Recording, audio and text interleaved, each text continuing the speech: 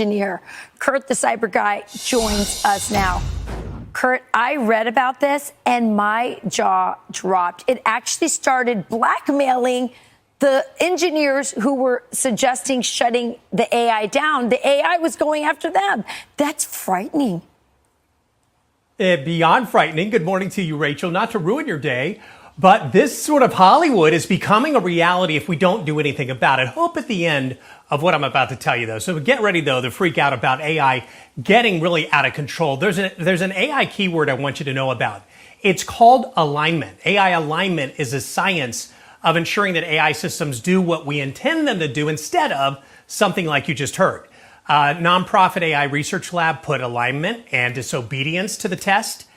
The results, as Rachel did a cursory look at there, are pretty astonishing. OpenAI models, a simple script was given that would shut off the AI model when triggered. 79 out of 100 of those trials, the AI edited the script so that the shutdown command would no longer work. Another AI model from Anthropic that you talked about, further 84% of those tests, the AI model tried to blackmail the lead engineer in not shutting down the system. So, peace up to the family. Another episode coming at you. For this one is a very interesting one. It has Terminator / Matrix written all over it. We're going to delve into it. We're going to unpack it a little bit, but I'm going to be honest. At the end of this video, I'm still a little confused. This is a topic that intrigues me. This is a topic that eludes me. This is a topic that is very strange to me. And the topic is of AI. You all heard the video. It said the lead engineer. Before we get or go any further, please go ahead and hit that like, share, and subscribe to the platform. Help us to continue to grow and to expand, family. For those of you who are here for the first time, my name is Brother Samal, and why I keep pausing is that the conversation that I just listened into is just rolling and rolling and rolling, 100 miles per hour in my head. But the lead engineer dealing with these AI programs said that the AI tried to shut off a certain program that was running, and he tried to he cut off the program, but prior to, the AI system tried to blackmail him into not shutting it down. And also, the AI system overrided a certain instruction that it gotten.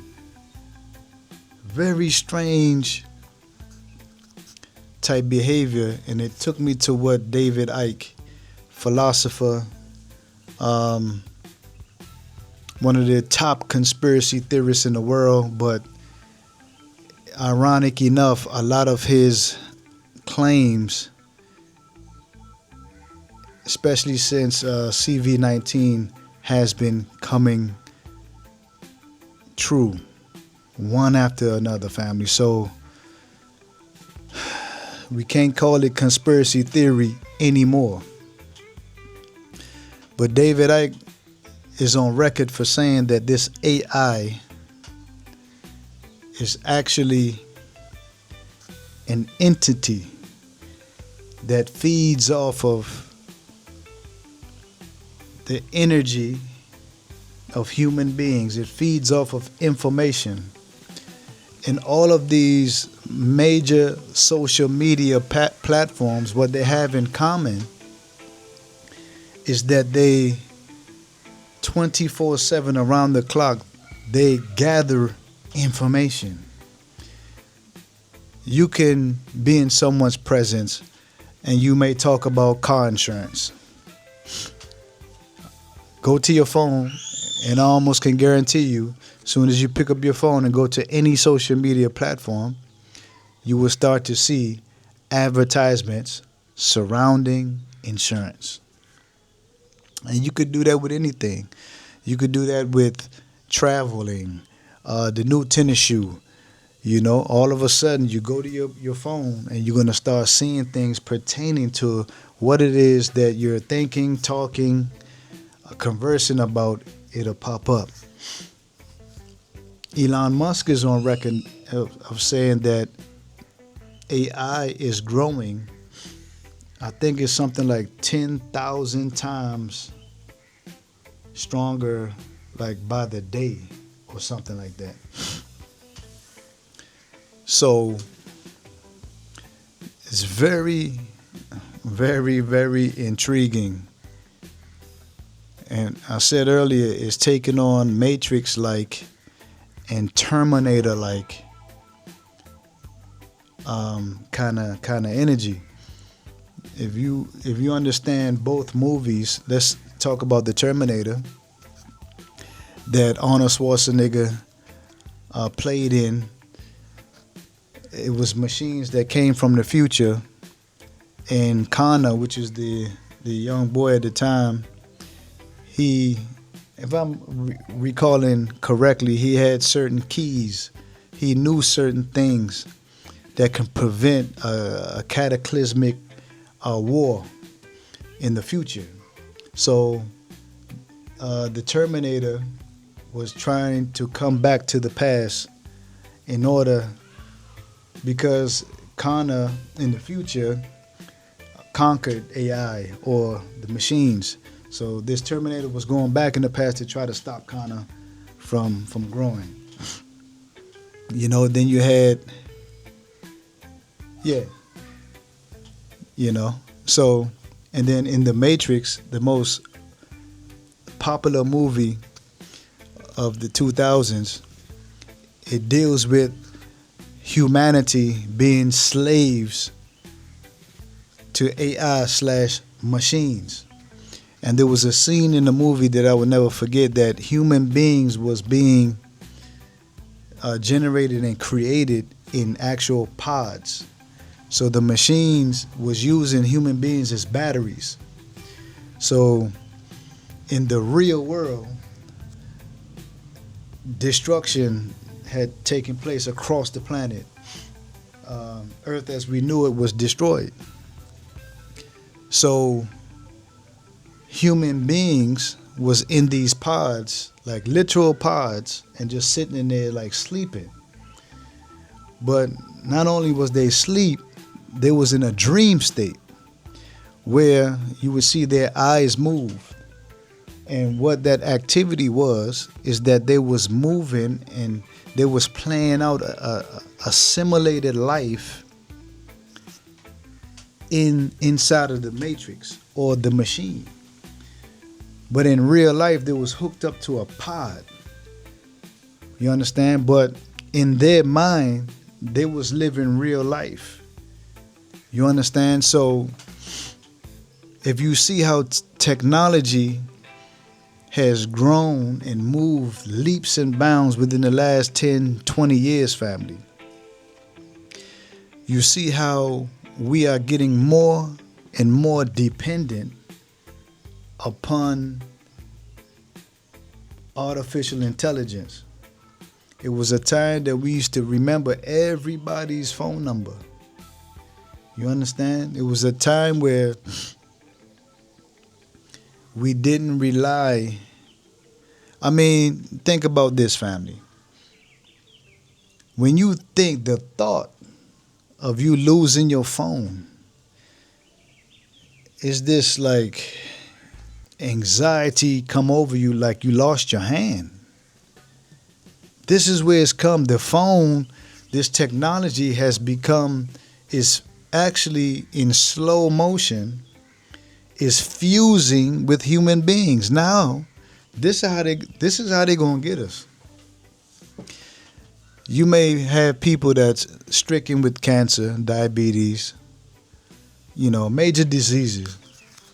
And you may have nanotechnology that they can insert in your bloodstream, and that with the promise that they can fix all of that. But technology has become so advanced that what they are claiming is true. That which they inject in you can heal you of certain things. But there's a trade-off. Your physical temple, your body, becomes compromised. You understand, with these nanoparticles, with these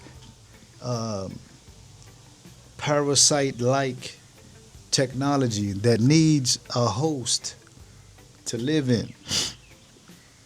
Yo, this thing is taking on some vibes that I always ask people, especially when I was working in the barbershop, where do you think we'll be in the next 10, 12, 20 years dealing with AI, dealing with technology? And people always marvel, and they always sit back and be like, yo, that's a good question, I don't know. So this next video, matter of fact, I'm gonna run it first, check it out, and I'm gonna come right back. On the other hand, let's think about positive outcomes, because there could be quite a few with quite a high probability. And I'll actually look at my notes so I don't miss any of them. The silliest one, don't quote me on this, is that humanity will come together. Good luck with that, right? It's like, the Americans and the Chinese will get together and say, hey, let's not kill each other. Kim Jong-un and yeah, exactly. Putin. Yeah, and so this one is not going to happen, right? But who knows? Interestingly, there could be one of the most interesting scenarios was by Hugo de Garis, who basically says, well, if their intelligence zooms by so quickly, they may ignore us altogether. Okay? So they may not even notice us. This is a very likely scenario, by the way, that because we live almost in two different planes, we're very dependent on this biological world that we live in. They're not in part of that biological world at all. They may zoom by us. They may actually become so intelligent that they could actually find other ways of thriving in the rest of the universe and completely ignore humanity. Okay? So what will happen is that overnight we will wake up and there is no more artificial intelligence, leading to a collapse in our business systems and technology systems and so on, but at least no existential threat. What, they'd leave planet Earth? I mean, the limitations we have to be stuck to planet Earth are mainly air. They don't need air, okay? And mainly, finding ways to leave it. I mean, if you think of a vast universe of 13.6 billion light years, if you're intelligent enough, you may find other ways. You may have access to wormholes. You may have, abilities to survive in open space. You can use dark matter to power yourself, dark energy to power yourself. It is very possible that we, because of our limited intelligence, are highly associated with this planet, but they're not at all. Okay. So you saw it, family. The video, the host asked the engineer, the ex-Google employee, do he think that AI will try to attack human beings? And he took the optimistic route. He said, no, really, as of now, if that was to take place, it will be under the instruction of human beings. Okay, I could see that.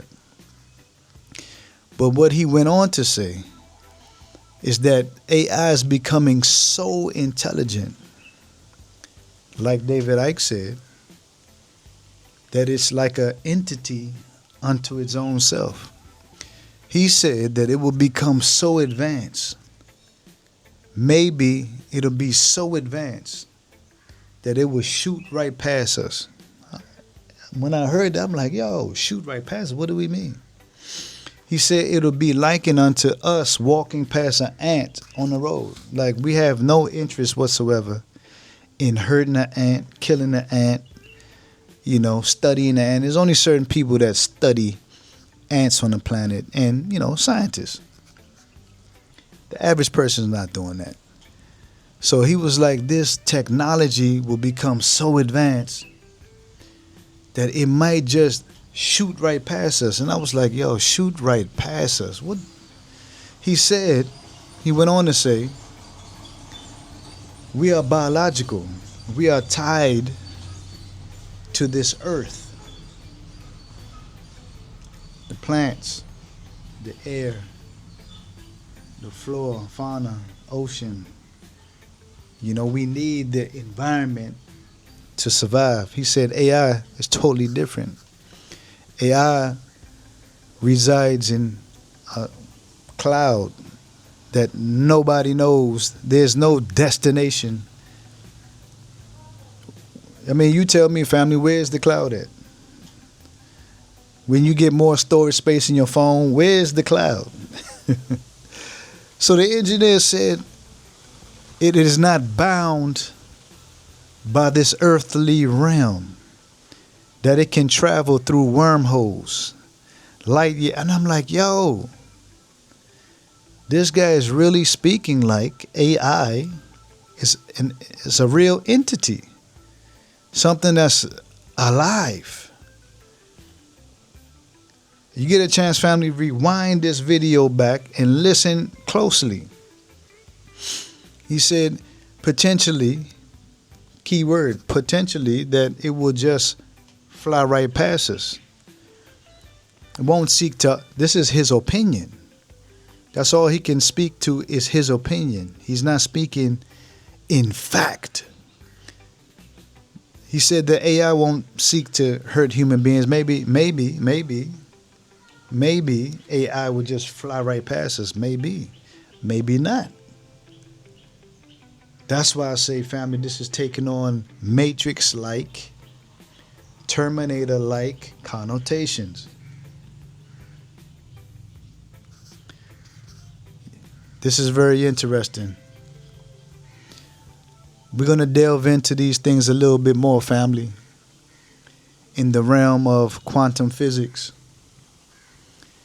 in the realm of dark matter, antimatter, anti-gravity, all of these type of things. Here at the Artist Journal, we into these things. I don't want it to get too far gone, because I have the potential sometimes, I drift out there into the cosmos. So I'm going to leave it right there, family. You see the QR code. Go ahead, support your brother, support J Cafe, support my man Karina, Steven, the local artists. We went past the workshop today. It's being built out beautifully. I'm going to show you all some vibes soon. So go ahead and hit on the QR code, go into the website, show some love. Also, if you haven't yet, if you forgot, I'm just here to remind you, go ahead, hit that like, share the content, and if you so feel inclined, hit that subscribe button. I'm going to go ahead to push on out, and I'm going to tune out just to tune back in, family. This is your brother. This is the Artist Journal. This is Samal for another one. Interesting topic. This one is AI. AI. Chano. Leave a comment, fam. Peace out.